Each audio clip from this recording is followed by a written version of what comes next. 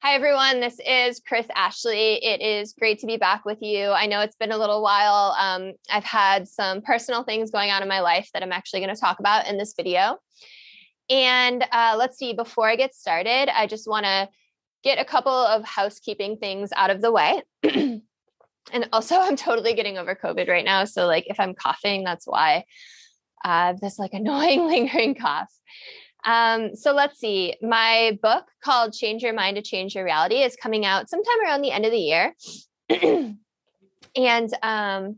if you head over to changeyourmindtochangeyourreality.com, you can sign up for my newsletter there. And then once you do, you'll be able to download a free PDF guide that I've created for you. And it's going to help you design, create, manifest your dream life and get started doing it right away in as little as a week.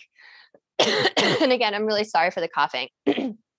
So I've been away because I've like had a crazy month. I think I've done a video about Dark Nights of the Soul. And if I know I've done a lot of short ones on TikTok about it. Maybe I haven't done a long one yet, but if I haven't, I will, I promise. That's a topic I could talk a lot about. But I've kind of been going through some stuff the last month. So my dog, I had, oh my God, it's so weird to talk in the past tense. So my dog passed away. It'll be 3 weeks tomorrow. And she was my baby. Like we were together for almost 13 or over 13 years. And I'm 36. So that's like over a third of my life. And I don't have kids. So she was my baby. She was my child. Like I took her everywhere with me. She's traveled to other countries with me. She's traveled all around the United States. Like I take her out to like the beach. I take her out to grab drinks. I take her to friends and family's houses. Like she was always with me. She was my baby. And I used to always say that she was the ET to my Elliot because we were always just like connected on this really deep level. And, you know, I miss her. I miss her so much. But it was crazy what happened.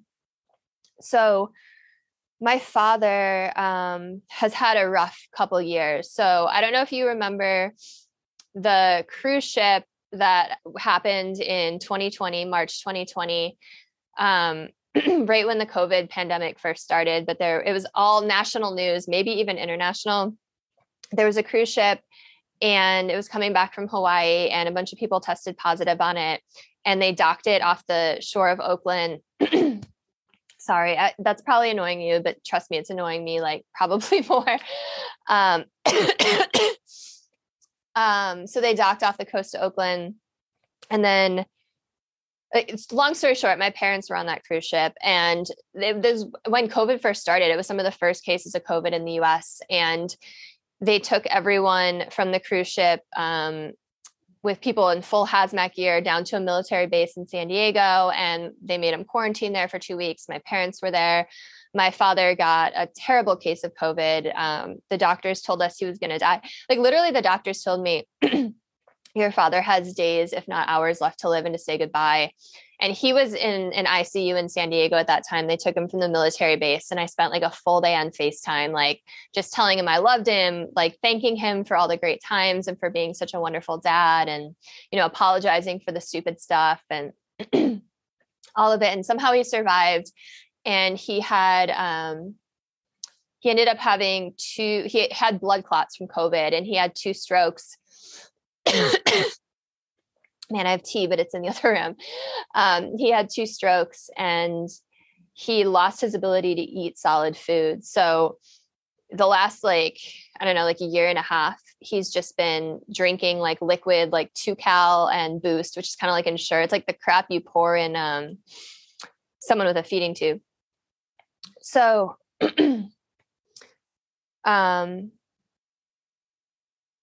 let's see, like 4 weeks ago from tomorrow, you know, he fell recently. He was doing really well, but he fell recently and he's always dizzy from COVID too, by the way. So his balance is kind of bad.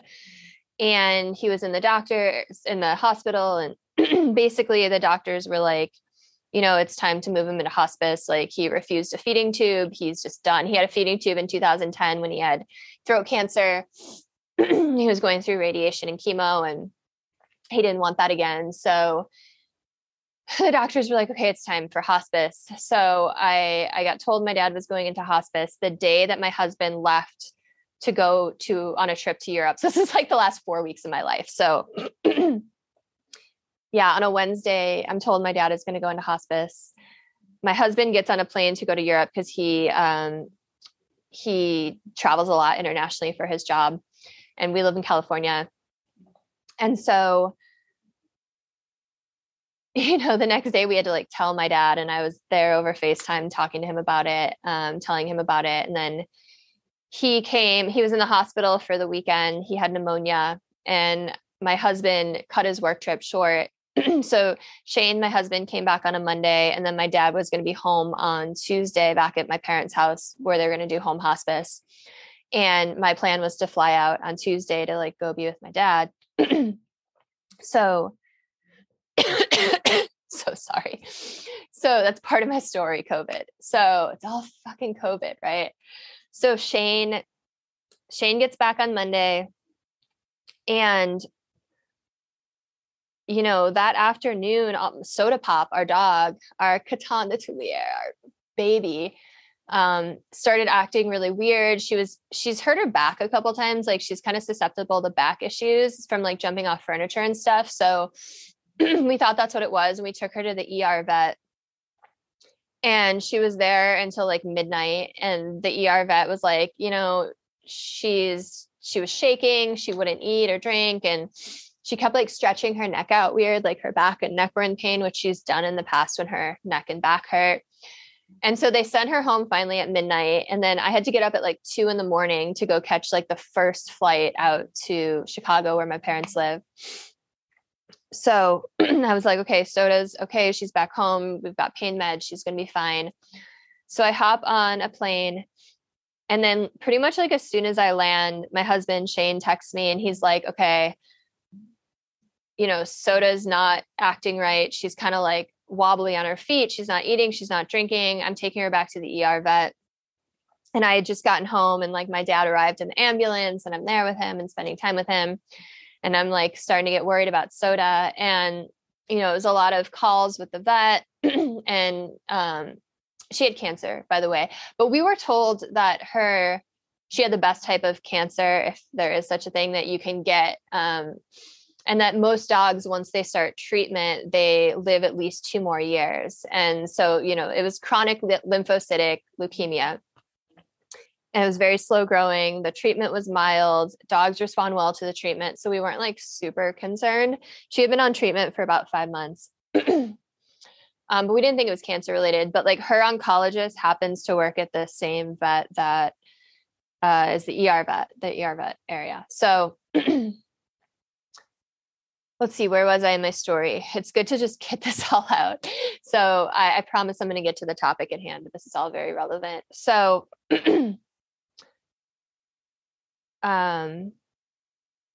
yeah, basically they were like, she has 105-degree fever. Like this is a very sick dog. And after a lot of back and forth with the vets, they were like, look, like this is the end. Like, we don't know if she's going to survive the night, let alone like a couple more days. And I had just flown to Chicago that morning. It was a Tuesday, and I booked the next flight back to California, like first thing in the morning. And Shane and I decided it was best if he brought her back home. The vets were like, we could keep her overnight and keep her in like this little oxygen tank she's in, and, just, treat her however we can, keep her on IV fluids. She's on fluids to like make sure she survives, or do our best to make sure she survives so you can say goodbye. And we were like, it doesn't feel right. Like she should be home in her bed, not in like a place she hates. So Shane brought her home, and like him and I stayed up on FaceTime all night, just like listening to her labored breathing and like talking to her and telling her we loved her. And we told her the story of her life, and, just trying to comfort her. Neither of us slept. So I hadn't slept in like 3 days before that. So I was on like 4 nights of like maybe like an hour of sleep each night. And I got on the first plane. I woke up. Well, I finally fell asleep. I slept for like an hour, and I woke up, and it was like the most terrible feeling, not knowing if my dog was alive or not. And I was like texting Shane, and he was like, she's still with us. And I got on the first plane And it was the same thing when the plane landed. I was like, I'm so scared to ask, but like, is she still there? And he's like, she's still here. And she was waiting for me. Like, I swear to God, she was waiting for me. So just making sure my mic is on, because I have recorded these entire videos and my mic hasn't been on. It's been so sad.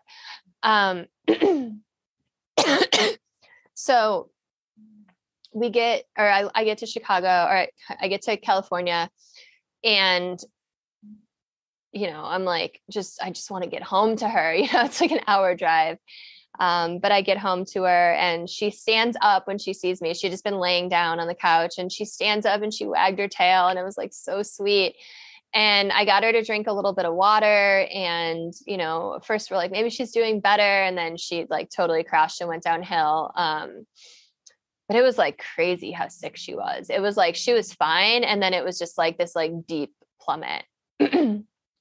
So, when it was time for her to go, we brought her into our bedroom, which is like her favorite place. We have this sliding glass door. We have a side yard that looks out over our pool, and there's all these trees, and it's really pretty. And she loves just sitting there and like staring out the window. Like, we'll find her there all the time, just like watching the squirrels and the birds.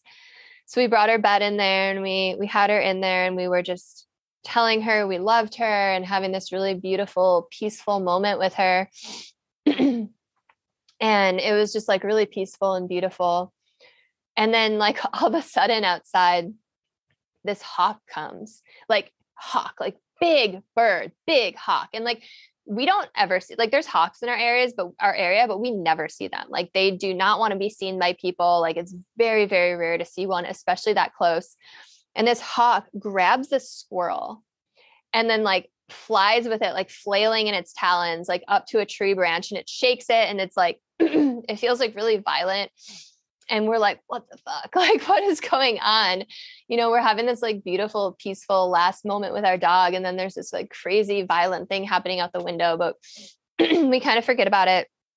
We bring our attention back to Soda, and, we say, we love you. And, we did have a vet come and, help her pass, because she was just like really, really suffering. And, yeah, we just showered her with love the whole way. And it was like really peaceful and, like kind of beautiful in a way, even though it was like one of the hardest things I've ever done. And then afterwards, the vet brought in like this little basket, because she was only like 14 pounds. And we put her in the basket and like walked her out to the vet's car. Shane carried her. We talked to the vet for a moment, and then we came to come back in the house. And we walked into the house, and we opened the door, and it was like I walked into like a wall. Like, I just got like slammed with this, just overcome with this like sensation, this emotion. And I just felt this presence everywhere, and it was her. Like, how when you can just feel someone's presence and that that's them. This was her presence. And it felt like she had expanded. I have goosebumps right now, literally talking about it. And it felt like she had expanded, and she took up the whole house. And it was like every single molecule of air was her. And it was just overwhelming. And I'm literally covered in goosebumps right now, just telling you this. And I just felt this like intense feeling of like love and peace and joy and happiness and like lightness. And I knew it was her telling us she was okay and she loved us, and like she wasn't mad that we put her down. And it was her. Like, it was like 100% without a doubt, it was her. And I started like laughing. Like, I felt so happy and full of joy. And I was like crying happy tears. We have a Nest Cam in our house, and I actually like downloaded all the clips of it, because it was like such a moment. I was freaking out. Like, I was like, oh my God, it's my girl. It's my baby. And I'm like, do you feel that? Do you feel that, to Shane? And he's kind of like, yeah, she's always with us. And I could tell like he didn't really get it. And then after about like 20 minutes, like it lasted a while, I was like, oh my gosh, it's fading. And Shane, all of a sudden, as soon as I said it's fading, he was like, oh my God, I feel it. And it was like she started with me, and then she went to him. And then he was freaking out. He was like, oh my God, it's like, I feel it, this warmth in my heart, and it's radiating through my whole body, and it's her, and I can feel her. And it was just like so beautiful and so amazing. And I love that she like started with one of us and went to the other. It's like she focused all her love and attention on us one at a time. And then she was gone. And it was like, we were so acutely aware that like her presence was no longer in this realm, like no longer in this plane, but she visited us right away.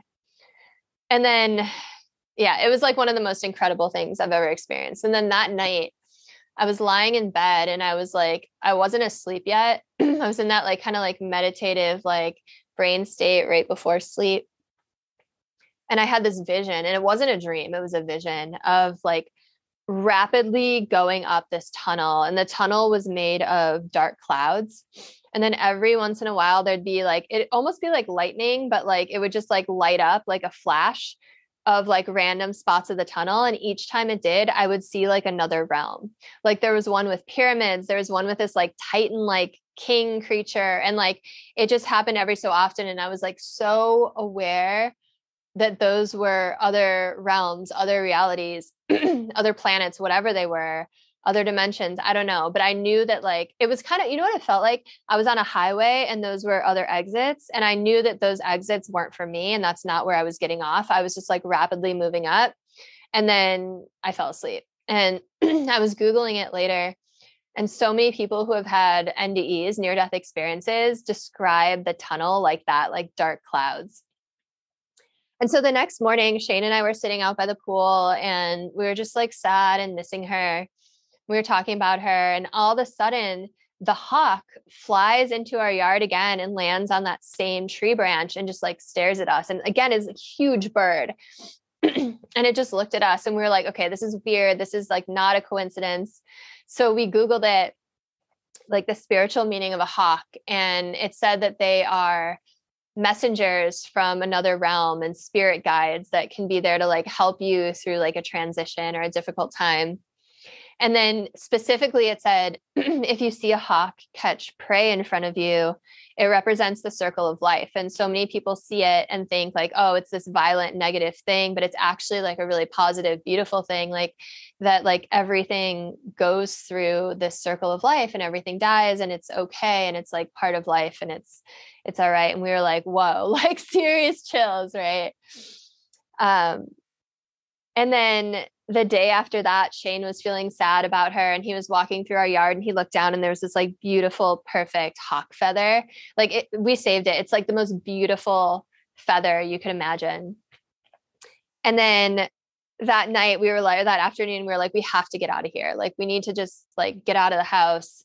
It's just, we just got to get out. So there's this kind of like nature park near us that we love to go to. They rescue animals and they always have like rotating kinds of animals there, and you pay a little fee to get in, and that helps the animals recover. Like they take in like injured birds and stuff from the area and they rehabilitate them and then they set them free. And the ones that like they aren't able to set free, like stay there and they take really good care of them.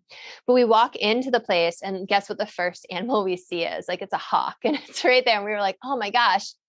And then the hawk in our yard made 2 more appearances. One of the times Shane was working in like his home office and he had this distinct feeling that like there was like a presence outside and he needed to get up and look out the window. And then it was out there on a different branch. And we saw it one other time that day. So it was pretty amazing. And then I was supposed to fly back to Chicago after like 2 days. I just wanted to like take a little time to like just kind of like grieve with Shane and process a little bit before I came back and did it all again with my dad.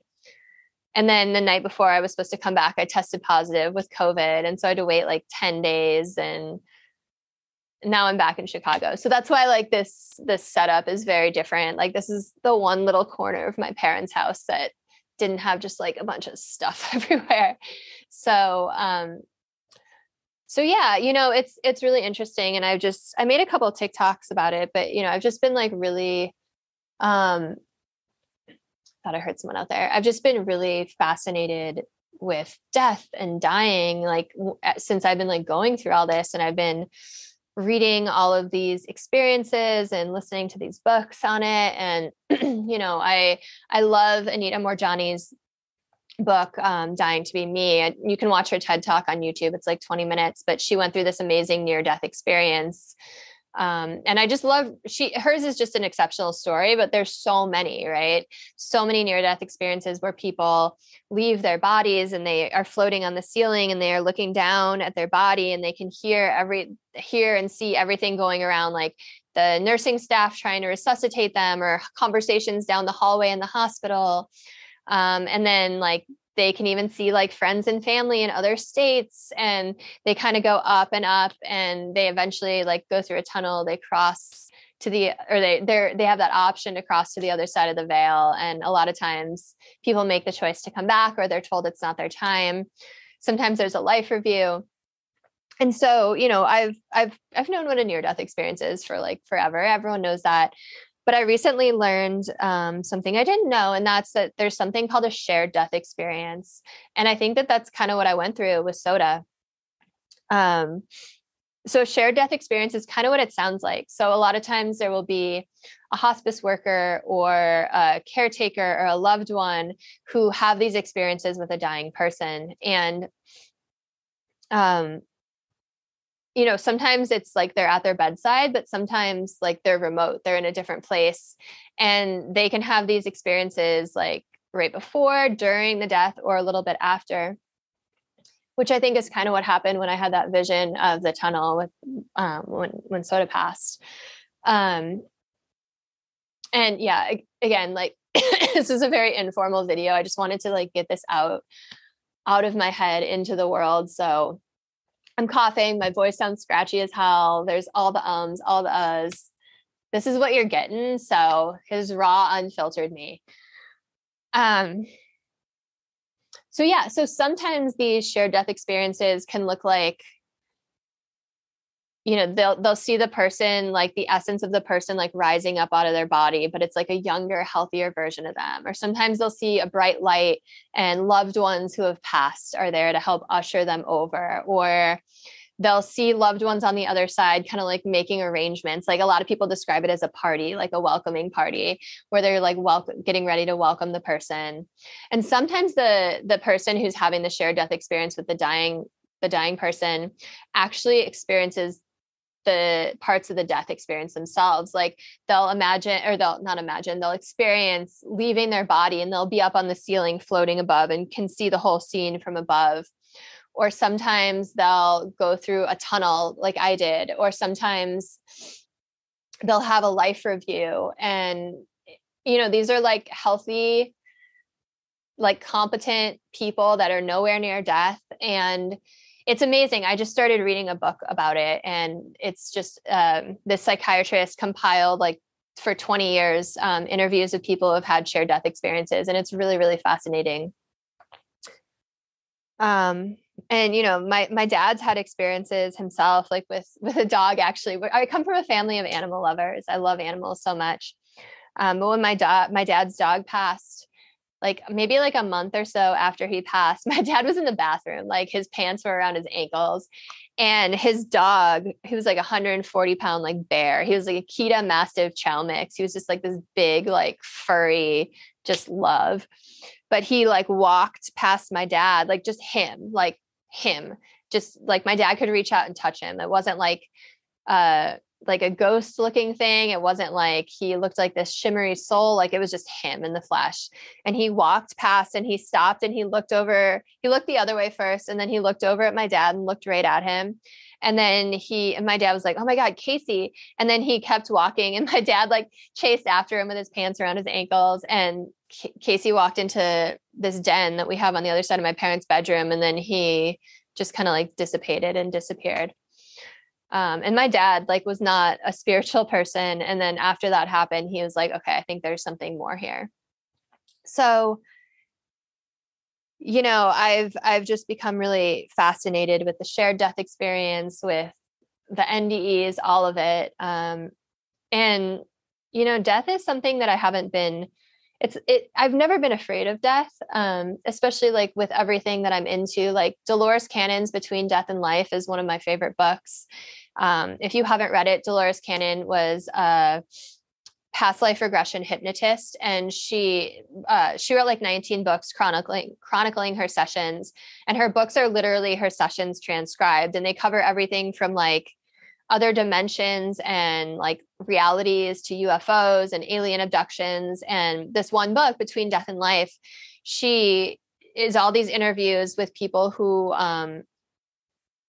were regressed to the place between lifetimes. And you know, all of it, I don't really know where I'm going with this, but all of it is to just say, I don't know. I find it all really comforting. And I believe that Earth is a school. I talk about that in so many of my videos, and that we're here to learn lessons. We're here to have experiences. And then we go back to the other side of the veil. We meet with our spirit guides. And if we passed our lessons, we move on to the next dimension, the next world, whatever it is. And then if we didn't, we come back to light, to Earth, and reincarnate as a human again. But nothing's good or bad or right or wrong. Like everyone's on their own path, their own trajectory. Like there's a trillion souls ahead of you on the journey. There's a trillion souls behind you on the journey.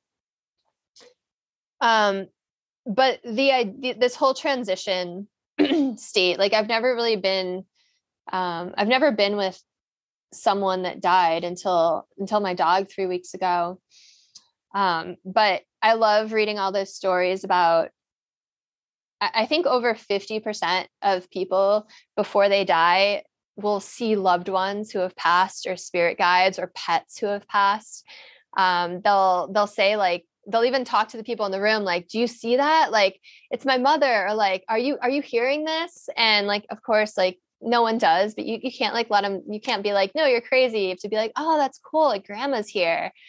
You know, if it were me, I'd be like, tell her, say hi.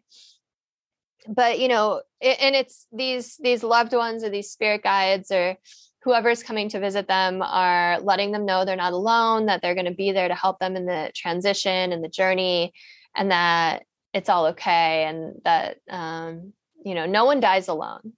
So they were just saying in that book I was just reading, no one ever dies alone. And it's called I think it's called At Heaven's Door, the shared death experience book that I just started reading. It's phenomenal so far. I'm only like 30 minutes into the audiobook, but it's pretty amazing. But yeah, no, it's a really, I don't want to say like humbling. It's like an honor in a way to be here with my dad. You know, as he's nearing the end of his life, and to have been there with Soda Pop at the end.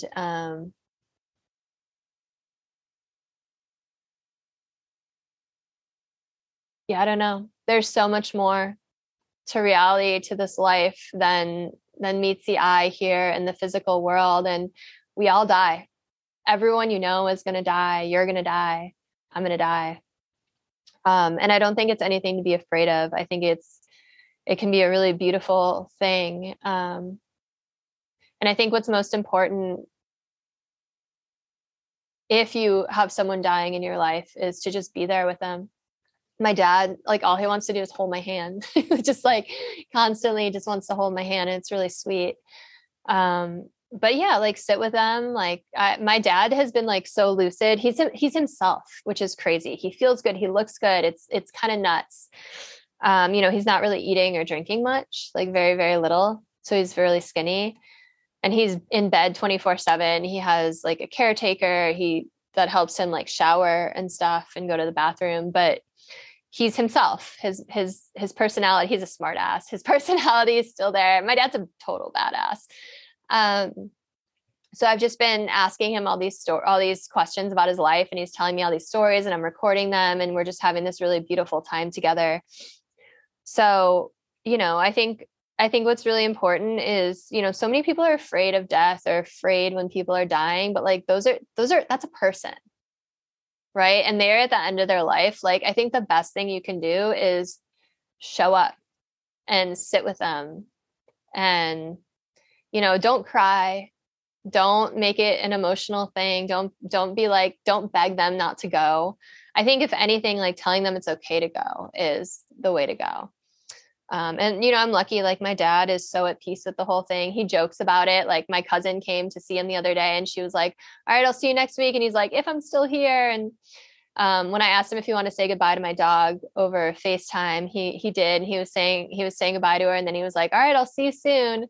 Um, and he's like excited to go see his brother and his mom and his dad and Casey, his dog. So he's really at peace with it. He's so ready to go. Like I said, like he's going out on his terms. He refused the feeding tube, which I think is the best way to go. But yeah, just showing up.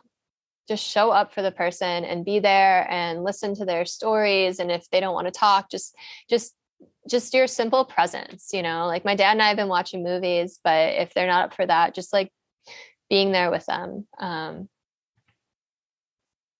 Yeah, it's like one of the greatest honors of my life to like be here with my dad in his final days. So that's all I've got for you. I will probably report more on this topic. I love you all. Head over to changeyourmind.changeyourreality.com. Sign up for my newsletter. Follow me on Instagram, on TikTok. My name there is Change Your Mind with Chris. And yeah, let me know if you have any questions, and I will see you all soon. Have a wonderful rest of your night. Thanks for listening.